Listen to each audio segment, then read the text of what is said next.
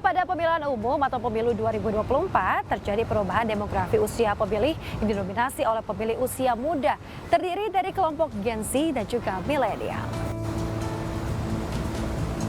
Pemirsa, berdasarkan data daftar pemilih tetap atau DPT yang telah ditetapkan oleh KPU untuk total jumlah pemilih dalam gelaran pemilu 2024 mencapai 204 juta lebih pemilih. Hampir 60% diantaranya berusia dari 17 hingga 39 tahun.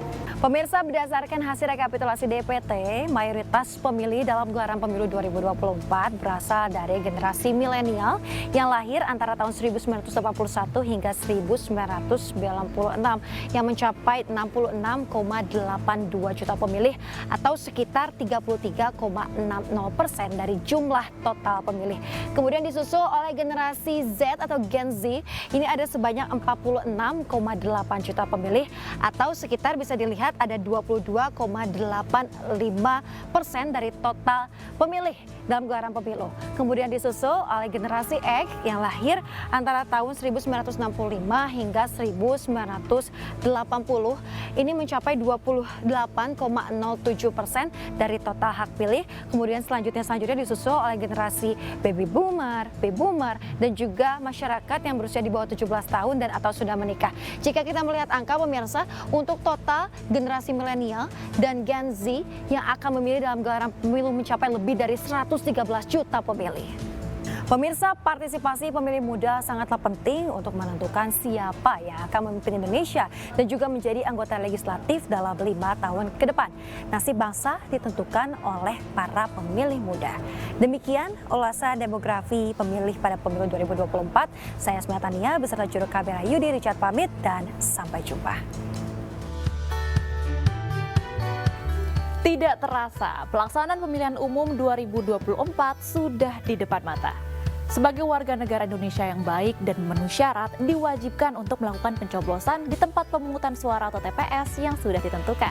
Gunakan hak suara Anda di TPS pada hari Rabu tanggal 14 Februari 2024 yang dimulai sejak pukul 7 pagi hingga pukul 13 siang waktu setempat.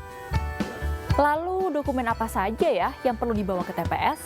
Yang pertama ada surat undangan atau formulir C6 dan KTP elektronik Anda atau iktp. Begitu sampai di TPS, isi daftar hadir dan serahkan surat undangan atau formulir C6 serta iktp Anda kepada petugas KPPS. Lalu Anda tinggal menunggu untuk dipanggil petugas KPPS. Nah, sebelum memilih, Anda perlu mengenali 5 jenis surat suara. Yang pertama ada warna abu, ini merupakan surat suara presiden dan wakil presiden. Dan selanjutnya warna kuning, surat suara DPR RI. Dan warna merah, ini surat suara DPD RI. Selanjutnya kita ke warna biru, ini merupakan surat suara DPRD Provinsi. Dan yang terakhir, warna hijau, surat suara DPRD Kabupaten Kota. Nah, setelah mencoblos, jangan lupa untuk melipat surat suara seperti semula dan masukkan ke kotak suara yang sudah disediakan. Setelah itu, Anda bisa mendatangi petugas untuk mencelupkan salah satu jari Anda ke tinta sebagai tanda Anda sudah memberikan hak suara Anda. Lalu bagaimana ya jika Anda pemilih pemula yang belum memiliki iktp dan atau formulir C6? Nah, jangan khawatir karena Anda bisa membawa surat perekaman iktp yang dikeluarkan oleh Dukcapil setempat.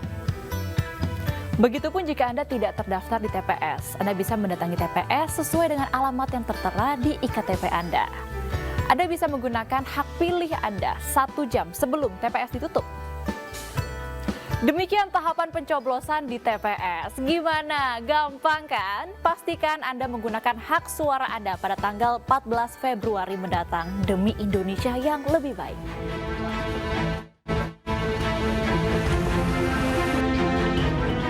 Hari ini Rabu 14 Februari 2024, masyarakat di seluruh Indonesia dengan sukacita mendatangi tempat pemungutan suara. Warga menggunakan hak suara mereka memilih wakil rakyat serta presiden dan wakil presiden. Warga menyatakan bersemangat pada pemilu kali ini untuk mencoblos calon legislatif serta partai pilihan yang dekat dengan rakyat. Sudah memilih ya, Bu? Sudah. Jadi pilih apa nih, Bu? Ya, yang jelas Perindo dong. Perindo dong. Saya kasih clue deh, 2 digit. Oh, nomornya 2 digit ya? 2 digit. Berarti di bawah posisinya? Di bawah lah, di bawah. Terus ada clue apa lagi? Cluenya lagunya itu bisa dinyanyikan oleh di usia paling muda sampai ke yang udah mulai tua gitu. Jadi bisa dinyanyikan bersama-sama seluruh Indonesia, anak-anak dan sampai yang umur yang tua. Slogannya tahu lah gitu. Ini partainya populer sampai ke anak-anak. Sampai ke anak-anak udah pada tahu. Boleh Bu, nada lagunya kayak gimana Bu? Nada gitu. Gimana? Kita aja. Pada pemilihan umum kali ini masyarakat bisa menyalurkan hak suara mereka di 823.200 titik tempat pemungutan suara di seluruh Indonesia. Dari Donggala dan Bandung, Emi Hendrik, Sondi Agung, iNews melaporkan. Pemilihan umum telah memanggil kita, seluruh rakyat menyambut gembira. Sepanjang 78 tahun Republik Indonesia Merdeka, Indonesia telah melalui rangkaian pemilihan umum secara luber, langsung, umum, bebas, dan rahasia. Sejak tahun 1955, kali pertama diselenggarakan pemilu, Indonesia telah menggelar 13 kali pemilihan calon presiden dan calon wakil presiden dengan melibatkan seluruh warga negara Indonesia dari Sabang sampai Merauke. Pemilihan umum pertama yang diselenggarakan pada tahun 1955 dianggap merupakan cikal bakal mulai tumbuhnya semangat demokrasi di tanah air karena diikuti oleh lebih dari 34 partai politik dengan landasan ideologi yang berbeda-beda.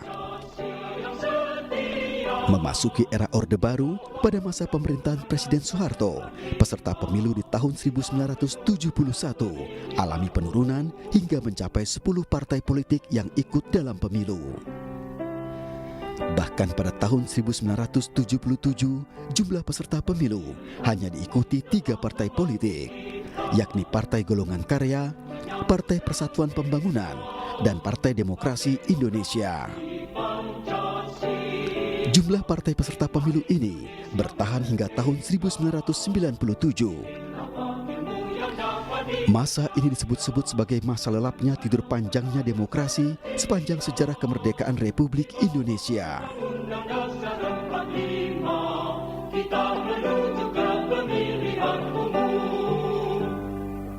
Saya memutuskan untuk menyatakan berhenti dari jabatan saya sebagai Presiden Republik Indonesia terhitung sejak saya bacakan pernyataan ini pada hari ini, Kamis 21 Mei 1998. Saya bersumpah akan memenuhi kewajiban Presiden Republik Indonesia dengan sebaik-baiknya dan seadil-adilnya.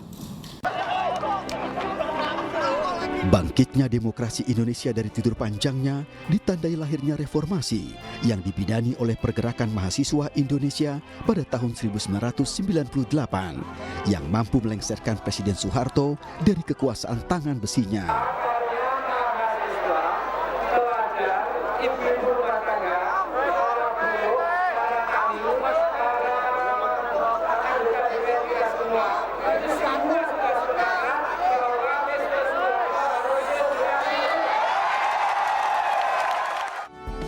Pada masa reformasi ini, partai politik peserta pemilu, bak buah yang tumbuh meramaikan pemilu di tahun 1999 dengan jumlah 48 partai politik. Pada masa ini, Abdurrahman Wahid atau Gus Dur terpilih sebagai presiden, didampingi Megawati Soekarno Putri. Masa berlalu, pemimpin silih berganti. Reformasi melahirkan demokrasi dengan segenap riuh kontestasi. Dunia akan mengatakan Indonesia is rising, Indonesia is emerging. Ya, Indonesia akan bangkit. 24 partai politik yang ikut serta dalam kontestasi pemilu langsung kemudian melahirkan Susilo Bambang Yudhoyono menjadi Presiden RI ke-6. Pada masa periode ini, 2 periode kekuasaan dikomandoi oleh Presiden SBY bersama partai besutannya, yakni Partai Demokrat dan beberapa partai koalisi hingga tahun 2014. Di era berikutnya, Pemilu tahun 2014 melahirkan pemimpin baru yang juga berkuasa selama 2 periode.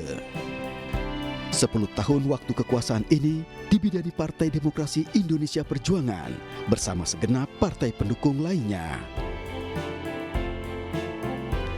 Dan kini memasuki tahun 2024, pemilihan umum kembali digelar dengan jumlah peserta pemilu sebanyak 24 partai politik. Hasil rekapitulasi dan verifikasi Komisi Pemilihan Umum.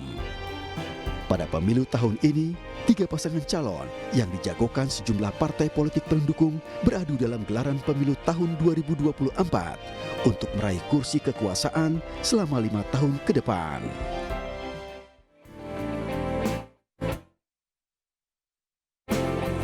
TPS 026 di Banjar Tunjung Sari, Peguyangan, Kangin, Denpasar, Bali tampil berbeda dengan TPS yang ada pada umumnya.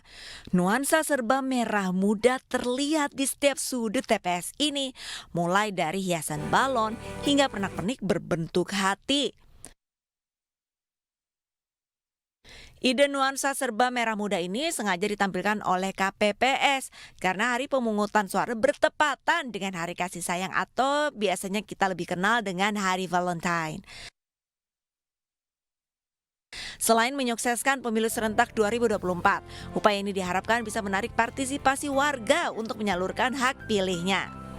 KPPS juga menyediakan hadiah coklat bagi 100 pemilih pertama yang hadir mencoblos. Karena kan kebetulan pas hari pencoblosan kan di hari Valentine, jadi kita bikin tema hari Valentine. Harapannya apa Bu nanti Bu? Harapannya semoga pemilu ini berjalan aman, damai, lancar, dan sukses. TPS Serba Merah Muda ini dikerjakan secara bergotong royong oleh warga dan muda-mudi Banjar setempat sejak 2 hari menjelang pemungutan suara. Dari Denpasar, Bali, Indira Ari, iNews melaporkan.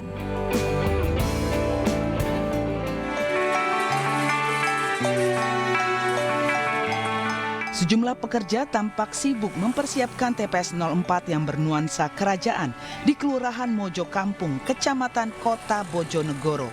Gambar mahkota raja berukuran besar sengaja dipasang di atas pintu masuk TPS. Sementara sejumlah gunungan wayang menjadi hiasan di pintu masuknya. Ketua Kelompok Panitia Pemungutan Suara atau KPPS tempat menyebutkan TPS ini berkonsep menanti Wahyu ke Prabon Nusantara. Wahyu artinya petunjuk, sedangkan keprabon adalah orang yang memiliki kemampuan khusus atau bukan orang sembarangan.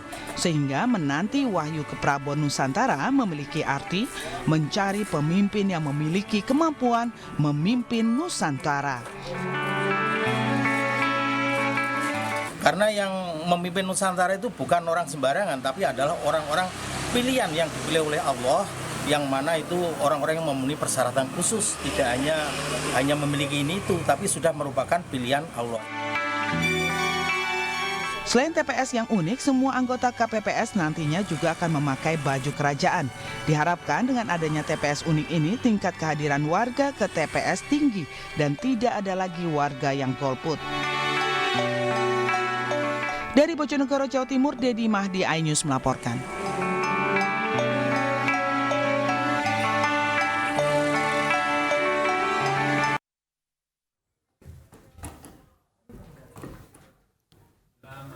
Ya, pemirsa, Anda masih menyaksikan Indonesia Memilih dan masih bersama saya Bremana Tenaya dan juga rekan saya Baby Kristami. Baby Kristami, kita masih akan terus memantau jalannya Pesta Demokrasi Pemilihan Umum 2024 di setiap wilayah ya, TPS yang tersebar di wilayah Indonesia hari ini. Kita akan nanti pantau ya, dan kita juga akan membahasnya bersama dengan narasumber yang lainnya. Tapi betul kita akan sekali, jeda terlebih dahulu, tetap bersama kami di Indonesia Memilih.